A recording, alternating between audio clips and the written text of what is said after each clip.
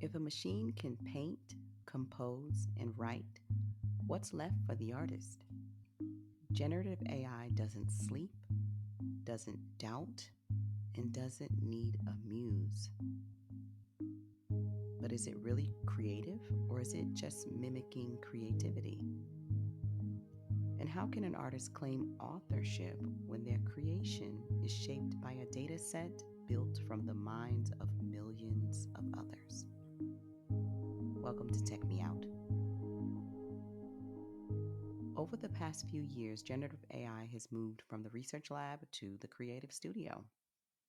Tools like Midjourney, ChatGPT, Suno, and Runway are now part of the creative process, not just for hobbyists, but for professionals.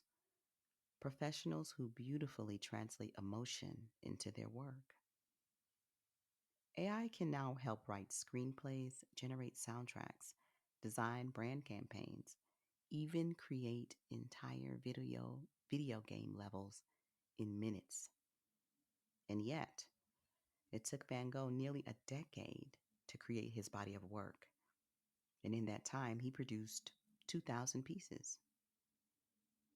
And though Clara Schumann composed some of the most emotionally complex classical pieces of her era, her genius went largely unrecognized during her lifetime.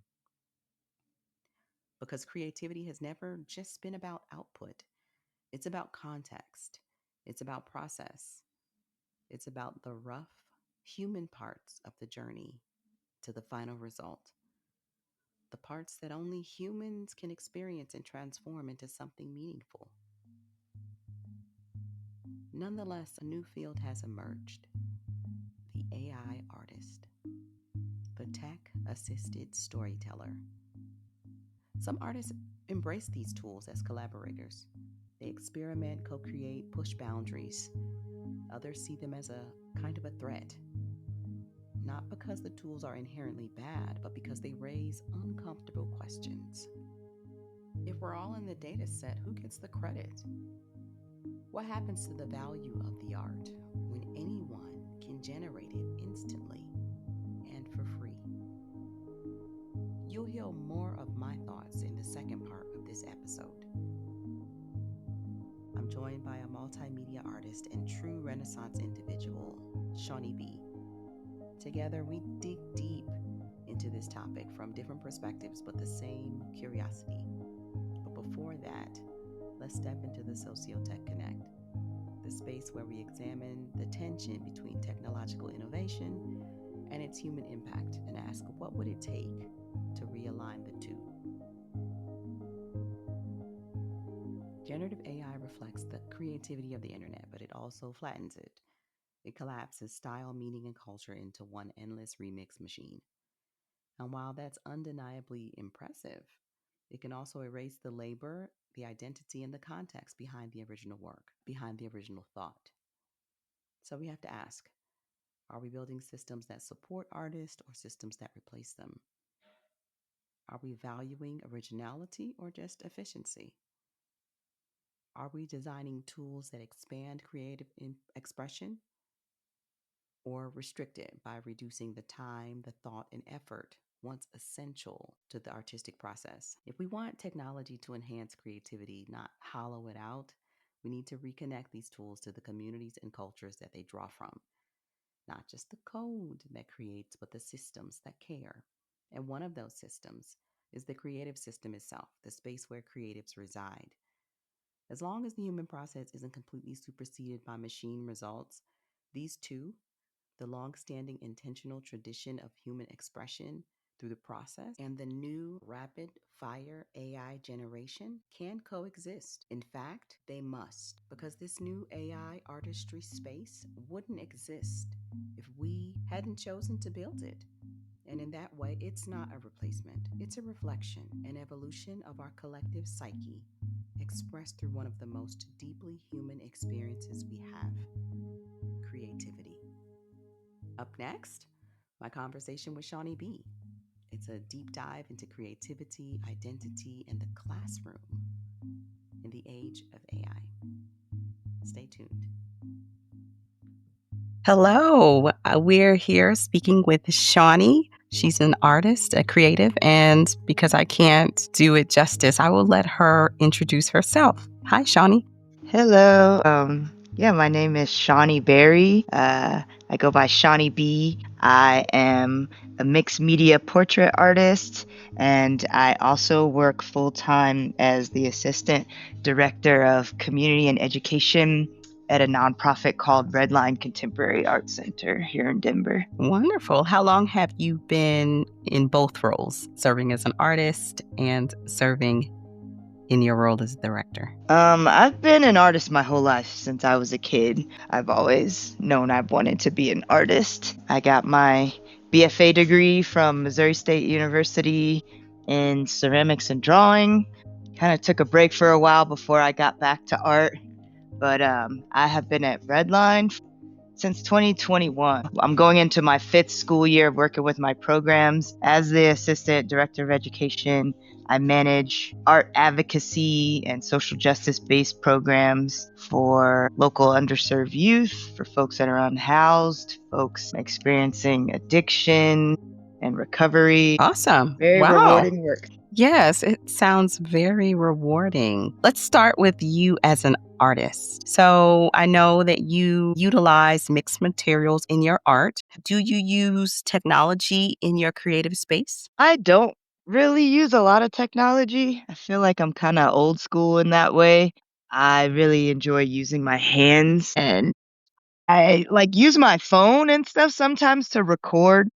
Yeah, so within most of my work, I tend to use a little bit of everything. I paint, I draw, I use oil paint a lot, fabrics. I've been into using like artificial grass and moss and stuff, leaves. But so I'm very like much a tactile person. I enjoy using my hands and getting dirty, getting in there, but I am pretty old school in the sense that I don't really feel like I am using technology that much. I do feel like I'm a little behind with the times and like learning how to use Photoshop and Illustrator and um, some of these more advanced AI tools that could potentially help me in my art. But I feel like if I do use technology in the studio, it's really just occasionally having my phone, like recording myself doing time lapses of my piece in order to post on social media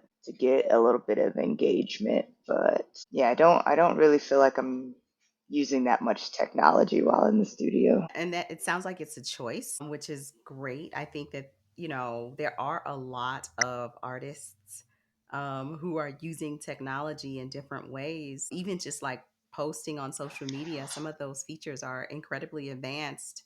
So what are your thoughts around like the authenticity of art while incorporating these different technologies with art? I'm still kind of I'm trying not to like judge all these new AI features and stuff that are coming out, but I am like noticing more folks on social media that are like building whole lines of creative work from literally just like typing Mm, in their ideas. wow. Yeah, which is pretty wild because when you've been doing it your whole life and you really put like blood, sweat, and tears in it, and there's something very just like special about authentically knowing how to paint or like knowing Mm.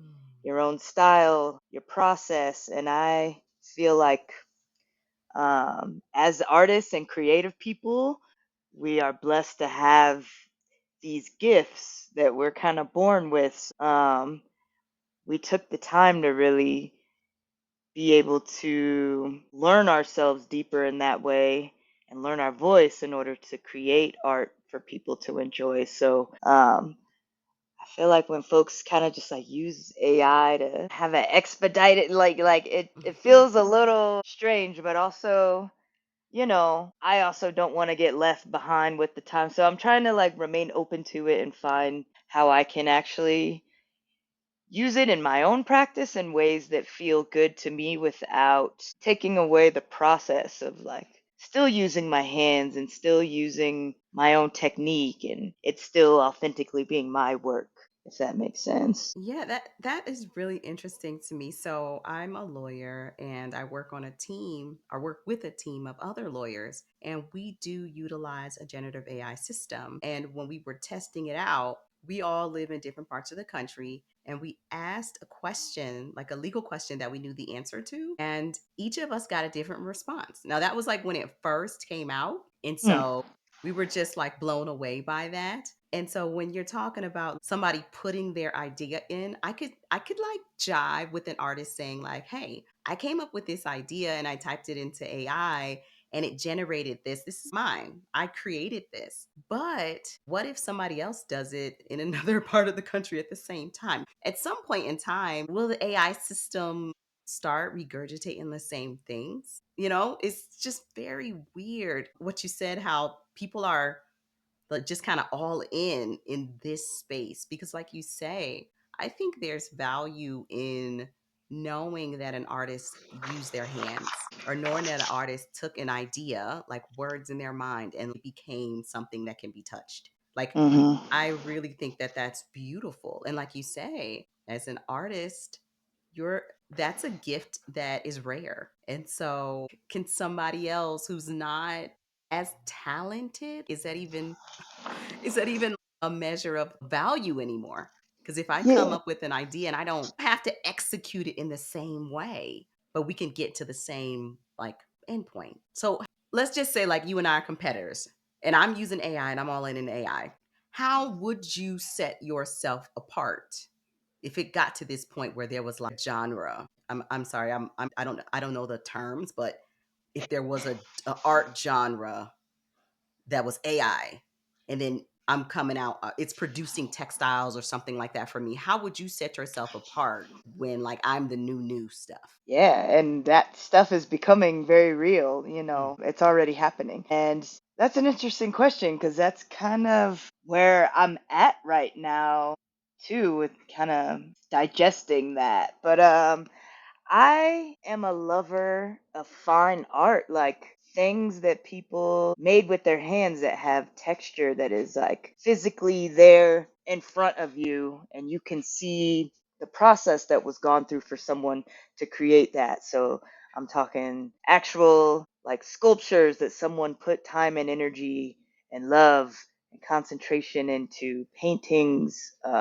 Whereas the AI stuff that I have seen, it's digital. So, Yeah. yes, you can print it onto something, but it's a print, it's not that original work of fine art. To me, and again, like I'm old school, Yeah. like that will always win, something that someone really put their not only just like their mental and emotional intentions, but like physically worked with that piece to create it will always trump AI. You were mentioning earlier just like typing in ideas. I have started using AI for that, and it's pretty Mm. amazing. I used to, without it, sometimes it just takes you a long time to come up with an idea or to just kind of unpack an idea, which isn't a bad thing. That's just part of the process, and there's beauty in the struggle. There's beauty in the time it takes to get there. All the twists and turns and curves. But like that's what I've been using it a lot for. Just going in and like throwing down my ideas or just something on my mind that I want to express, and the questions that it asks you to like dig deeper and to really like discover why, the when, where, how of how you get to that idea is really helpful. I love how you said you are using artificial intelligence, and I think what is the safest way is how you're using it to flesh out your ideas. Like you're using it as a brainstorming tool, namely because this system is printing is able to generate something that's beautiful and that does evoke emotion, but it's gonna be a completely different emotion if someone is coming across one of your pieces, for example. So what are your thoughts about authors using artificial intelligence to write stories? As an artist that has really worked in my craft for many, many years, I feel like there's something special about exploring your creativity, like creatives, and I don't know, I feel like it's a gift. So, not going through all the steps to really learn, like, well, the process of writing or like, storytelling. I don't know whether to just like hype it up to like I'm old school or what, but it just feels like I hate to say cheating, but I guess it just depends on how you're using it. Are you writing books and getting paid a lot of money off these books that you're using AI to write? That feels a little unfair to me, but also like, yeah, I don't know.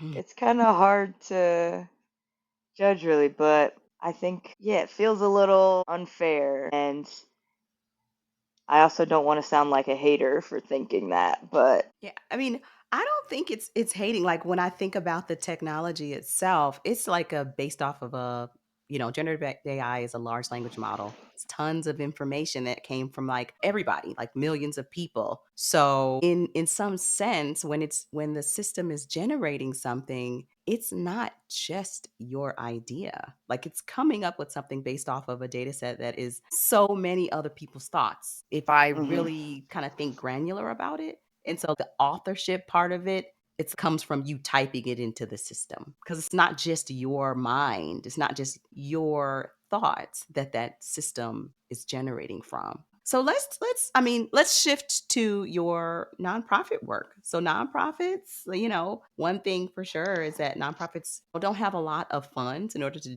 carry out their mission. Yeah. So efficiency is always a value add.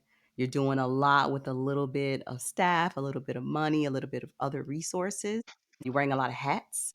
Talk to me about how you have integrated, if at all, technology working at a nonprofit. Yeah, when I first learned about AI, it was actually through my sister, and she was just telling me about writing emails with it. So, um, I was like looking it up to send like rejection letters to people who didn't get a position or, Mhm. just simple stuff like that. And I would currently say, honestly, with my work, I don't use it a lot. The work I do is more on the ground and it's very much heartfelt work that I'm physically there and talking to people. And I am exploring using it more with, again, just hatching out ideas. Like I curate a yearly exhibition that involves all the youth in my education programs. And this year I went in there and was kind of describing the objectives of the curriculum and what I want to highlight and Mhm. the materials I want to use and how I want people to feel when they look at the pieces. And it totally like just went back and forth with me until I came up with a theme that I'm really confident about. So, like, again, similar to my personal art practice, I'm using it to hash out ideas with art. It comes in handy like when I need to make contracts, but I still feel like I'm learning about it. I've often thought about with like our grant writing, which I'm not the one that writes the grants, but I'm always like editing them and like double checking them. And not gonna lie, AI sounds amazing. It's kind of interesting to think nowadays with everyone using so much AI, like, and most people's grants probably sound really good compared to how they would without, how it's just going to pan out within the industry of, how money's allocated. If everybody's essays are sounding amazing, like who's going to get the money? How are we all going to stay afloat? I don't know. There's like a kind of sense of that same sense of like what's fair, what's not, who deserves it, well, everyone deserves it in the nonprofit world usually, but I don't know if Yeah. that makes sense. No, that was incredibly profound because I didn't think about it like that. The idea that everybody's using the same systems, how do you set yourself apart? I think there's this phrase that people use now related to generative AI that there has to be a human in the loop. And so you can enter in the prompt, have it generate something for you, like, oh, write me a proposal for so I can get this grant, and then it'll do it. But you still got to kind of take a look at it and fact check it and make sure that it's accurately portraying what you want. And I think that might be where people stand out because truth, there is going to be tons of people who are just going to ask it a question, take it, cut and paste it, and then send it off. And I think, like you say, decision makers, especially with like resources and things like that, are going to have to, they're going to see the same stuff, they're going to be able to tell that everybody's using the same systems. And Mhm. so it's going to be like that tactile, like you do in your artwork, that human connection. I think that's going to make people stand out because it's a human, hopefully, that's going Yeah. to be assessing the grant. So, yeah, but I had not thought about that. And it does bring in fairness, especially in the public service sector, in your sector. Yeah, I think it's just important to have a personal foundation and kind of like having a strong, secure voice to be able to get across what you need to, whether it's art, whether it's storytelling, like whatever it is. Like I'm thinking about my students who, some of them, if you're in the education field in some schools, you will notice that a lot of kids have a lot of trouble reading and writing nowadays. You'll find a lot of older kids that just can barely write. And Mm, when it's time to make artist statements, like they're just going on AI and mm, sending me back artist statements like way what like just full paragraphs, which usually I'm like pulling their hair to get them to write 2 or 3 sentences and like beautiful paragraphs of like very adult wording compared to their normal mm-hmm. language and lingo. And I'm like, this obviously isn't yours. Like, I want to hear what's coming from your heart, though. Like, I think it's important to explore, like, discover yourself enough to where you know your identity and you can express something. Like, I don't know, just I can usually tell when something is heartfelt, like, I want to feel that something real. But I mean, AI is too, but like, as long as I guess you're using it that's aligned to your own voice as adults who know how to write and like have built these foundational things within our own lives. Like I think it's okay for young people. I worry a little bit like, are you going to be able to like without AI, are you able to still write and read like come up with your own ideas, to think critically on your own without needing to ask this thing questions, you know. Yeah. I think it's Yeah. I mean, important to remember that foundation. it is going to be incredibly challenge. It's going to be very interesting. I won't say challenging. I'm really hoping that educators come together, communities come together and really be proactive when they're integrating ed tech tools, especially these types of ed tech tools, because they're starting as early as, the age of 2, they're already being marketed to kids. And so by the time you're 5, you might know how to enter in a prompt into an AI system. And like you say, critical thinking is going to be key. And just social interaction is already impacted because of phones, Yeah, because of smartphones. So then you have this tool on your phone that honestly you don't really have to think. yeah, So yeah, it's people like you in your space that are, it's like a call to action to kind of hold these companies accountable because they just want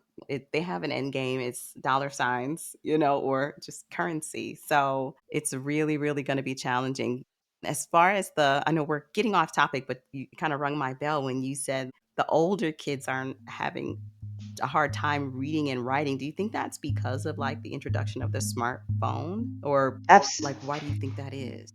I think yes, that plays a part in it, and also more just the education field is struggling right now with being understaffed, having teachers that like are so focused on reaching certain test scores that like it's hard to keep everybody caught up together. Some people, I believe, like learning at home is also very impactful in a kid's education. So if like you're only learning the things from school, just it's hard. It's like being a teacher is one of the hardest fields to me. And yeah, now with smartphones and just like voice to text, like students are like just losing that ability to be able to write, to spell. I'm old school. We like grew up learning cursive and stuff. I remember being like Mm-hmm. excited to learn cursive, like just like writing was important and like kids really have trouble writing nowadays. They don't teach cursive at all anymore, which okay, like I guess there's no need to, but it was just kind of like cool to learn when we were young. Yeah. But It really was. It was kind of like, this is adult writing. You just thought you were yeah, like fancier, and it's not even happening anymore. Wow. I mean, yeah, I talked to somebody else about signatures. Like, are they even relevant? I know in a lot of legal documents that I work on and things that I sign, I have a digital signature. When I have to sign papers at like the doctor's office, my signature is kind of crazy looking because I'm not used to doing it.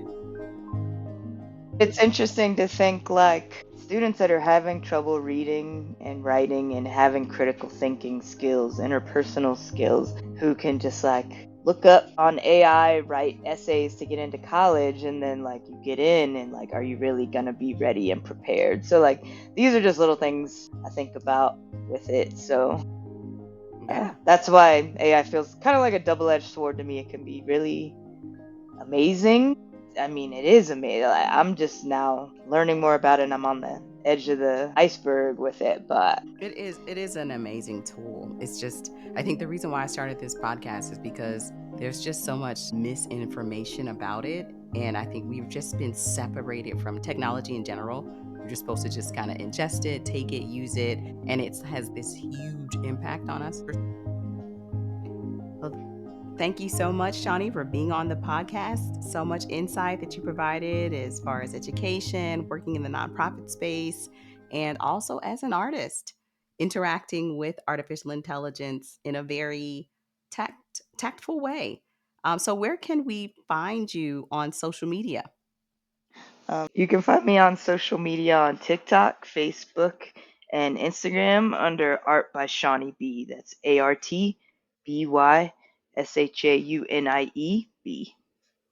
All right. Well, thank you very much for being on this episode of Tech Me Out. Thank you very much, Shaunie. Appreciate you for having me. Tech Me Out is hosted by Keande Stinson, a technologist and attorney with a passion for exploring how technology shapes our lives. Keande brings a thoughtful, curious, and critical perspective to every episode, helping you understand the impact of tech beyond the screen. For more episodes and insights, visit techmeoutpodcast.substack.com. Thanks for listening, and see you next time.